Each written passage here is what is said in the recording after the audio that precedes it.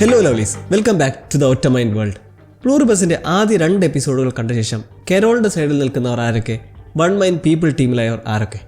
ഇതുവരെ വെച്ച് ഈ രണ്ടിൻ്റെയും ഉള്ളിൽ ഒരു നല്ല വശത്തിൻ്റെ കാഴ്ചപ്പാടുമുണ്ട്, അതേപോലെ തന്നെ കെട്ട വശത്തിൻ്റെയും പെർസ്പെക്റ്റീവുമുണ്ട് അല്ലേ? നമ്മൾ നിർത്തിയത് ഒറ്റമൈൻഡായ സോഷ്യയുടെ മേൽ കരോളിന് തോന്നിയൊരു ഫീലിംഗിലാണ്. പുതിയ എപ്പിസോഡ് തുടങ്ങുമ്പോൾ അത് വൈറസൊക്കെ ബാധിക്കുന്നതിന് 7 കൊല്ലം മുമ്പുള്ള ഒരു എക്സ്പീരിയൻസിലും. ഹെലനുമൊത്ത് കരോൾ നോർവേയിലുള്ള ഒരു സ്പെഷ്യൽ ഹോട്ടൽ ഐസ് പാലസ് എന്ന് പറയുമ്പോൾ മൊത്തം ഐസ് കൊണ്ടുള്ള നിർമ്മിതികളുള്ള ഒരു ഹോട്ടലാണ്. കിടക്കുന്ന കട്ടിൽ വരെ ഐസ് കൊണ്ട് നിർമ്മിച്ചത്. അവിടേക്ക് ഇരുവരും ഒരു മനോഹര സുന്ദര നിമിഷത്തിലേക്ക് എത്തിയതാണെങ്കിലും കരോളിന് ഒരു താല്പര്യവുമില്ലാത്ത പോലെ. അവളുടെ മനസ്സ് മൊത്തം തൻ്റെ ലാസ്റ്റ് ഇറങ്ങിയ നോവലിൻ്റെ സ്റ്റാറ്റസ് അറിയാനാണ്. എത്രാമത്തെ പൊസിഷനാണ്, ടോപ്പ് സെല്ലിംഗ് ആണോ എന്നൊക്കെ അറിയാൻ തിടുക്കപ്പെടുന്നത് കണ്ട് ഹെലൻ താനത് എയർപോർട്ടിൽ വന്നിറങ്ങിയപ്പോഴേ വിളിച്ചന്വേഷിച്ചെന്നും ടോപ്പ് 20 ബെസ്റ്റ് സെല്ലിംഗ് ലിസ്റ്റിൽ ഉണ്ടെന്നും പറഞ്ഞ് പങ്കാളിയെ അടുത്തേക്ക് വിളിച്ചിരുത്തുമ്പോൾ കരോളിന് ടോപ്പ് 20 ഒതുങ്ങി നിൽക്കുന്നതിൽ ഒരു നീരസവും. ഹെലനെ നോക്കുകയാണെങ്കിൽ കുറച്ച് കൂടുതൽ സ്നേഹം പ്രകടിപ്പിക്കുന്ന ടൈപ്പാണ്. കരോളിനെ വിളിച്ചിരുത്തി പുറത്തെ മനോഹരമായ നോർത്തേൺ ലൈറ്റ്സും ആസ്വദിച്ചിരുന്ന ഒരു ലൈഫ് ടൈം എക്സ്പീരിയൻസിൽ നിന്നും ഇപ്പോൾ നോക്കിയാലോ ആരുമില്ലാത്ത ഫ്ലൈറ്റിലുള്ള ഏകാന്ത യാത്ര. പക്ഷേ ഒരു നല്ല കാര്യം, സോഷ്യയും പ്ലെയിനിലുണ്ട്. അതെ, കുമ്പാതിയുടെ മനസ്സിലിരിപ്പ് മനസ്സിൽ തന്നെ ഇരുന്നാൽ മതി എന്നങ്ങനെ അവളെ കരോൾ കൂടെ കൂട്ടിയെങ്കിലും പരസ്പര സംസാരമൊന്നുമില്ല. രണ്ടുപേരും രണ്ടറ്റത്താണ്. നിലവിലപ്പോൾ പ്ലെയിൻ ഓടിക്കുന്ന ആരാണെന്നറിയാൻ അവർക്ക് താല്പര്യമുണ്ട്. സോഷ്യയെ വിളിച്ചു വരുത്തി ഇത് ചോദിക്കുന്നതും മറുപടി പൈലറ്റുകളിൽ നിന്ന് തന്നെയാണ്. കാരണം സോഷ്യയോട് ചോദിക്കുന്നതെല്ലാം അവർക്കും അതേസമയം തന്നെ ലൈവായി അറിയാൻ കഴിയും. കരോളിനാകട്ടെ ഈ ഒറ്റമൈൻഡ് വൈറസ് എന്തായിരുന്നാലും അത് നശിപ്പിച്ച് ഒരു ക്യൂർ കണ്ടെത്താനുള്ള ത്വരയാണ്. കണ്ട് സംസാരിച്ച മറ്റ് സർവൈവേഴ്സിൽ ആർക്കും ശാസ്ത്രമേഖലയിലൊന്നും ഒരു നൈപുണ്യവും ഇല്ലാത്തതും ഒരു അലട്ടലാണ്. ഇംഗ്ലീഷ് അറിയാവുന്ന 5 മനുഷ്യരെ മാത്രമാണ് കണ്ടിരിക്കുന്നത്. കരോളിനെ കൂടാതെ 12 പേരുള്ളതിൽ മറ്റു ഭാഷകൾ അറിയാവുന്ന വേറെയും കൂട്ടരുണ്ടല്ലോ. അവരെ പറ്റിയൊക്കെ ഒന്ന് സോഷ്യ വഴി തിരക്കുകയാണ്. ഒരു ടർക്കിഷ് മിഠായി കച്ചവടക്കാരൻ, ഒരു ഇന്തോനേഷ്യൻ കായികാഭ്യാസി, 8 വയസ്സുള്ള ലെസോത്തോ എന്ന പ്രദേശത്തെ പെൺകുട്ടി, സെർഡീനിയയിലെ ഒരു മീൻപിടുത്തക്കാരൻ, യമനിലുള്ള ഒരു പ്രാർത്ഥന ചൊല്ലുന്നയാൾ. ഇവർക്കാർക്കും സയൻസുമായി ഒരു പിടിപാടുമില്ല. പിന്നെ ശേഷിക്കുന്ന ഒരാൾ, ഈ വൺ മൈൻഡ് പീപ്പിൾ 33 മണിക്കൂർ വൈകി കണ്ടെത്തിയ 13ാമത്തെ സർവൈവർ, പാരഗയിലുള്ള മനൂസോസ്. അയാൾ ഒരു സെൽഫ് സ്റ്റോറേജ് ഫെസിലിറ്റിയിലാണ് ഉള്ളത്. പുറം ലോകമായിട്ട് യാതൊരു ബന്ധവും വെച്ച് പുലർത്താത്തൊരു ഫെസിലിറ്റി. ഇതേവരെ വൺ മൈൻഡുമായി കമ്മ്യൂണിക്കേറ്റ് ചെയ്യാൻ താല്പര്യം കാണിച്ചിട്ടുമില്ല ഈ മനൂസോസ്.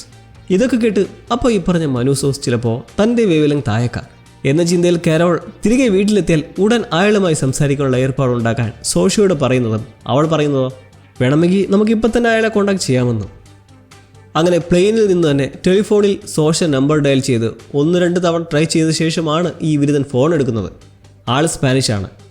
കരോൾ അറിയാവുന്ന വെച്ച് സംസാരിച്ച് തുടങ്ങുന്നതും ഈ മനൂസോസ് നല്ല കലിപ്പിലാണ്. വെച്ചിട്ട് പോടി നായിൻ്റെ മോളെ എന്ന് പറഞ്ഞ് കട്ട് ചെയ്തതിന് പിറകെ കരോൾ ഒന്നുകൂടി വിളിക്കാൻ പറയുന്നത് നായിൻ്റെ മോളെ നിൻ്റെ വീട്ടിൽ പോയി വിളിയിടാ നാറി എന്ന് പറഞ്ഞ് കട്ടാക്കാനായിട്ടും.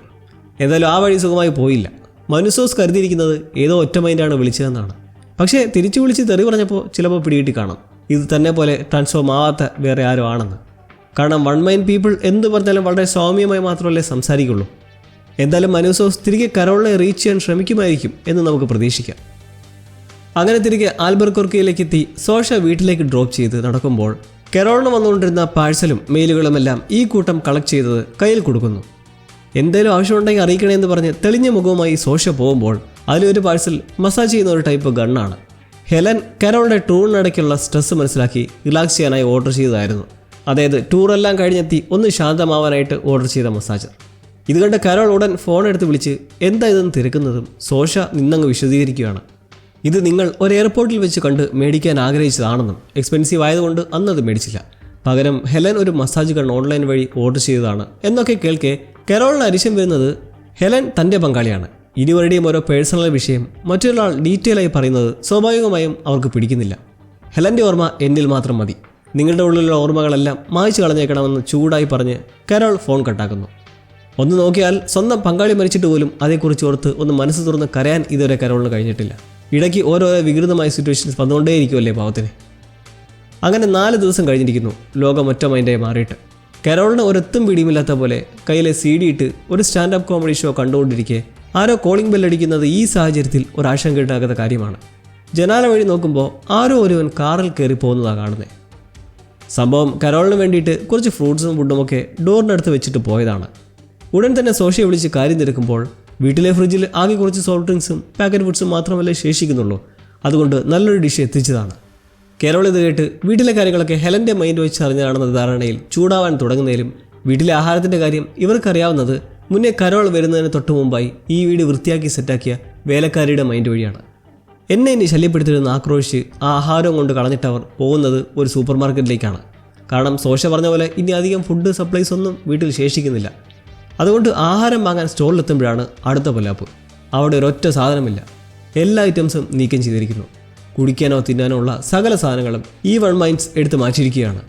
ഇതിൻ്റെ ഉദ്ദേശം കരോൾ അവിടെയുള്ള ഫോണിലെ സീറോ ഡയൽ ചെയ്യുന്ന വഴി അറിയുന്നത് എല്ലാ ഭക്ഷ്യവസ്തുക്കളുടെയും ലഭ്യതയ്ക്ക് വേണ്ടി ഒരു ഏകീകരണം എന്നോണം ഇവർ ഇതുപോലെ ഷോപ്പുകളിലും സ്റ്റോറുകളിൽ നിന്നും വീടുകളിൽ നിന്നുമൊക്കെ സപ്ലൈസ് അവരുടെ ഒരു അധീനതയിൽ സ്റ്റോർ ചെയ്ത് വെച്ചിരിക്കുകയാണ്, ആവശ്യം വരുമ്പോൾ പ്രൊവൈഡ് ചെയ്യാനെന്ന പോലെ. ഇത് കരോളിന് തീരെ ഇഷ്ടപ്പെടുന്നില്ല. കാരണം അവരിപ്പോഴും ഒരു ഇൻഡിപെൻഡൻറ്റ് വുമണാണ്. ആരെയും ആശ്രയിക്കാതെ ജീവിക്കാനാണ് ആഗ്രഹിക്കുന്നതും ശ്രമിക്കുന്നതും. ഇങ്ങനെ ഓരോന്നിനു വേണ്ടി അടിക്കടി ഫോൺ ഡയൽ ചെയ്യുന്നതിനോട് തീരെ താല്പര്യമില്ലെന്ന് മാത്രമല്ല അത് ഇഷ്ടവുമല്ല. സാധാരണ ഇത്രയും നാൾ എങ്ങനെയാണോ ജീവിച്ചത് അതേപോലെ തന്നെ മുന്നോട്ട് പോയാൽ മതി, ചേഞ്ച് ഒന്നും വേണ്ട. നോർമലായി ഷോപ്പിംഗ് ചെയ്യുന്നത് പോലെ തന്നെ ഷോപ്പിംഗ് നടത്തണമെന്ന് അടമൻ്റായി നിൽക്കുന്നത് കേട്ട് സോഷ ഞങ്ങൾ വൈകാതെ അവിടേക്ക് എത്തിച്ചേരും എന്ന് പറഞ്ഞ് കട്ട് ചെയ്ത് കരോൾ പുറത്തേക്ക് ചെന്ന് നോക്കുമ്പോൾ പിന്നെ കാണുന്നതോ കുറേ ട്രക്കുകൾ അടുക്കടുക്കായി സൂപ്പർ മാർക്കറ്റിന് മുന്നിലേക്ക് വന്ന് പാർക്ക് ചെയ്ത് നിൽക്കുവാണ്. എല്ലാത്തിലും ആ സൂപ്പർ മാർക്കറ്റിൽ നിന്ന് എടുത്തുകൊണ്ടുപോയ ഓരോ സ്റ്റഫ്സും. പോരാത്തതിന് ആ ഏരിയയിലുള്ള കുറേ കണ്ടമാനം ജനങ്ങളും വളരെ സന്തോഷത്തോടെ എത്തി ഓരോ സാധനങ്ങളും എടുത്ത് വരിയായി ഷോപ്പിലേക്ക് കയറി കൊണ്ടുവയ്ക്കാൻ തുടങ്ങുന്നു. അങ്ങനെ മണിക്കൂറുകളെടുത്ത് എല്ലാ ഐറ്റംസും കൃത്യം സ്ഥലത്തേക്ക് കൊണ്ടുവച്ച് ഒരു ലൈവ് സൂപ്പർ മാർക്കറ്റ് പോലെയാക്കി കരോളിനോട് നന്ദിയും പറഞ്ഞിറങ്ങി പോവുകയാണ്.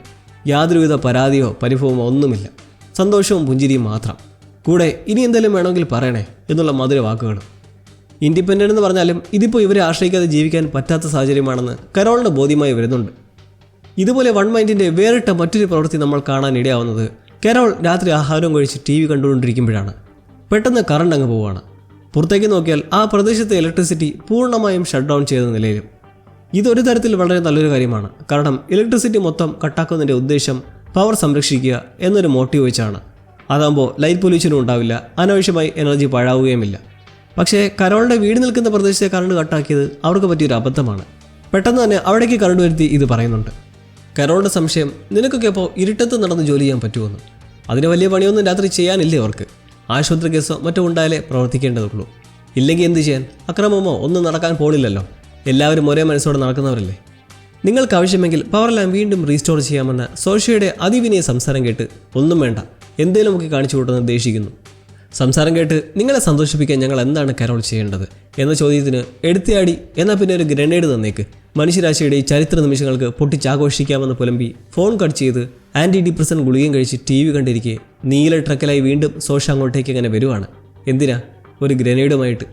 കഥകുമുട്ടി കരോളിന് ഇത് നീട്ടുമ്പോൾ ഇവൾക്കൊരു സംശയം ഉണ്ടായിരുന്നു, ഗ്രനേഡ് വേണമെന്ന് വെറുതെ സർക്കാസ്റ്റിക്കായി പറഞ്ഞതായിരിക്കുമെന്ന്. പക്ഷേ ഇനി എങ്ങാനും സത്യത്തിൽ പറഞ്ഞതാണല്ലോ എന്ന് ചിന്ത വെച്ച് അവൾ കൊണ്ടുവന്നതാണ്. ആ സമയത്തുള്ള കരോളിൻ്റെ ഒരു നിൽപ്പ് കണ്ട് അവൾ മെല്ലെ വലിയ നോക്കുന്നതിലും എന്തായാലും ഈ നശിച്ച രാത്രി ഒരു വിസ്കി കമ്പനിക്കായി അവരവളെ അകത്തേക്ക് ക്ഷണിക്കുന്നു. സോഷ അടിക്കുമ്പോൾ ലോകത്തുള്ള മറ്റെല്ലാത്തിനും അതേ കിക്ക് ഉണ്ടാവുമോ എന്ന് ചോദിച്ചാൽ അങ്ങനെ ഉണ്ടാവില്ല.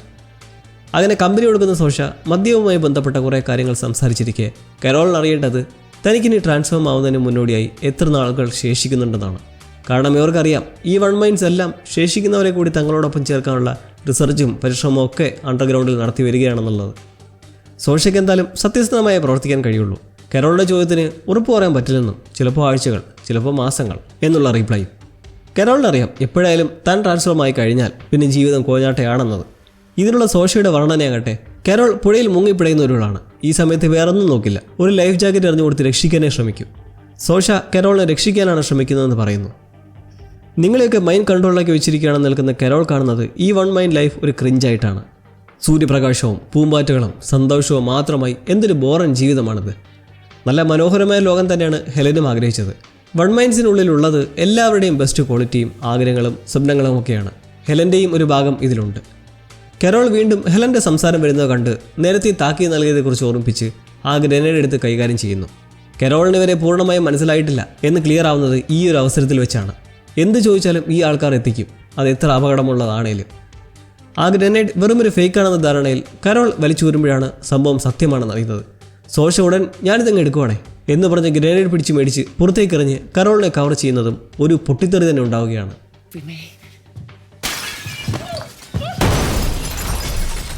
ഒറിജിനൽ ഗ്രനേഡ് എന്നറിയുന്നത് കരോളിന് ഷോക്കാണ്. എന്നാൽ കവർ ചെയ്ത സമയം ചീളുകൾ കൊണ്ടുകയറി സാരമായി പരിക്കേറ്റ സോഷ വീഴുമ്പോൾ അവശതയിലും അവൾ പറയുന്നത് പേടിക്കേണ്ട കരോൾ, സഹായം ഉടനെ എത്തുമെന്ന്. മൈൻഡ് കണക്ഷൻ വഴി ഓൾറെഡി വൈകാതെ ഒരു ആംബുലൻസ് എത്തി അവളെ നേരെ ഹോസ്പിറ്റലിലേക്ക് കൊണ്ടുപോകുന്നു. ഇവിടെ കുറ്റക്കാരി കരോൾ ആണെങ്കിൽ കൂടെ ആർക്കും ഒരു സ്നേഹക്കുറവും അവരുടെ മേലിലില്ല. ആശുപത്രിയിലിരിക്കെ ഒരു ചെക്കൻ വന്നിട്ട് സോഷയുടെ ആരോഗ്യനിലയിൽ വലിയ കുഴപ്പമൊന്നും ഇല്ലെന്നും ബ്ലഡ് ലോസ് ഉണ്ടായതിൻ്റെ കൺകഷനാണ്, പേടിക്കണമെന്നും പറഞ്ഞിട്ട് കരോളിന് മാറാൻ വസ്ത്രം വല്ലതും വേണമെന്ന് ചോദിക്കുമ്പോഴും ഗ്രനേഡ് ഷോക്കിൽ നിന്ന് അവർ വിട്ടു മാറിയിട്ടില്ല. കൊടിയ അപകടമായ ഒരു ഗ്രനേഡാണ് ചോദിച്ചുടനെ കൊണ്ട് കൊടുത്തത്. എന്തുകൊണ്ടൊരു ഫേക്ക് ഗ്രനേഡ് തന്നുകൂടാ? വൺ മൈൻഡിൻ്റെ ബിഹാഫിലായിരിക്കുന്ന ചെക്കൻ ഇതെല്ലാം കേട്ട് കൺഫ്യൂസ്ഡ് ആണ്. കരോളിൻ്റെ ചോദ്യം, ഇങ്ങനെയാണെങ്കിൽ ഇത്രയും നടന്നിട്ടും വീണ്ടും ഒരു ഗ്രനേഡ് ചോദിച്ചാൽ തരുമോ? തീർച്ചയായും. Patrick tank, bazooka, atom bomb ഇതെല്ലാം ആവശ്യപ്പെട്ടാലോ? വൺ മൈൻഡിന് അതും തരാണ്ടിരിക്കാൻ പറ്റില്ല. ഒരു നല്ല ഓപ്ഷൻ അല്ല എന്നറിയാമെങ്കിൽ കൂടി അണുബോംബ് സംഘടിപ്പിച്ച് കൊടുക്കുക തന്നെ ചെയ്യും. കരോളിൻ്റെ സന്തോഷത്തിന് വേണ്ടി എന്തും ചെയ്യാൻ തയ്യാറാണ് ഞങ്ങളെന്ന് നിൽക്കുന്ന ചെക്കനെ പറഞ്ഞു വിടുമ്പോൾ കരോൾ തിരിച്ചറിയുന്നൊരു വലിയ കാര്യമുണ്ട്. ഈ ഒരു സിറ്റുവേഷനിൽ മുന്നിലുള്ളത് സാധ്യതകളുടെയും എന്താവശ്യപ്പെട്ടാലും കിട്ടുന്നതുമായ ഒരു മഹാലോകമാണ്. തോക്ക് പോയിട്ട് പാറ്റൻ ടാങ്ക് വരെ കൈവശം വയ്ക്കാൻ ലൈസൻസോ നിയമമോ ഒന്നും നോക്കണ്ടാത്ത ഒരു സ്വപ്ന ലോകം. പക്ഷേ ഇവിടെ കരോളിനെതുകൊണ്ട് യഥാർത്ഥത്തിൽ എന്താണ് പ്രയോജനം? ഇതുവരെ യാതൊരുവിധ ഭീഷണിയായും തോന്നാത്ത വൺ മൈൻഡ് പീപ്പിൾസിനെ വെച്ച് എന്താണ് അവർക്ക് ചെയ്യാൻ കഴിയുക? എന്തായാലും ഈ എപ്പിസോഡിലൂടെ നമ്മൾ വൺ മൈൻഡ്സിൻ്റെ ചില വേറിട്ട പ്രവർത്തന രീതി മനസ്സിലാക്കി എന്നൊഴിച്ചാൽ കൂടുതലും കരോളിൻ്റെ മാനസിക പ്രശ്നങ്ങളാണ് ഏറെയും നമ്മൾ കണ്ടത്. മിസ്റ്ററി വൈബ് അങ്ങനെ തന്നെ നിലനിൽക്കെ നമുക്കിനി അറിയേണ്ടത് ബാക്കിയുള്ള സർവൈവേഴ്സിനെ കുറിച്ചും അവർ കരോളിന് എന്തെങ്കിലും ഗുണമുണ്ടാക്കുമോ എന്നതുമാണ്. നിങ്ങളുടെ തോട്ട്സ് എന്താണെന്ന് ഷെയർ ചെയ്യാൻ മറക്കണ്ട. അപ്പോൾ പുതിയ എപ്പിസോഡുമായി സീ യു സൂൺ, ലവ്ലീസ്.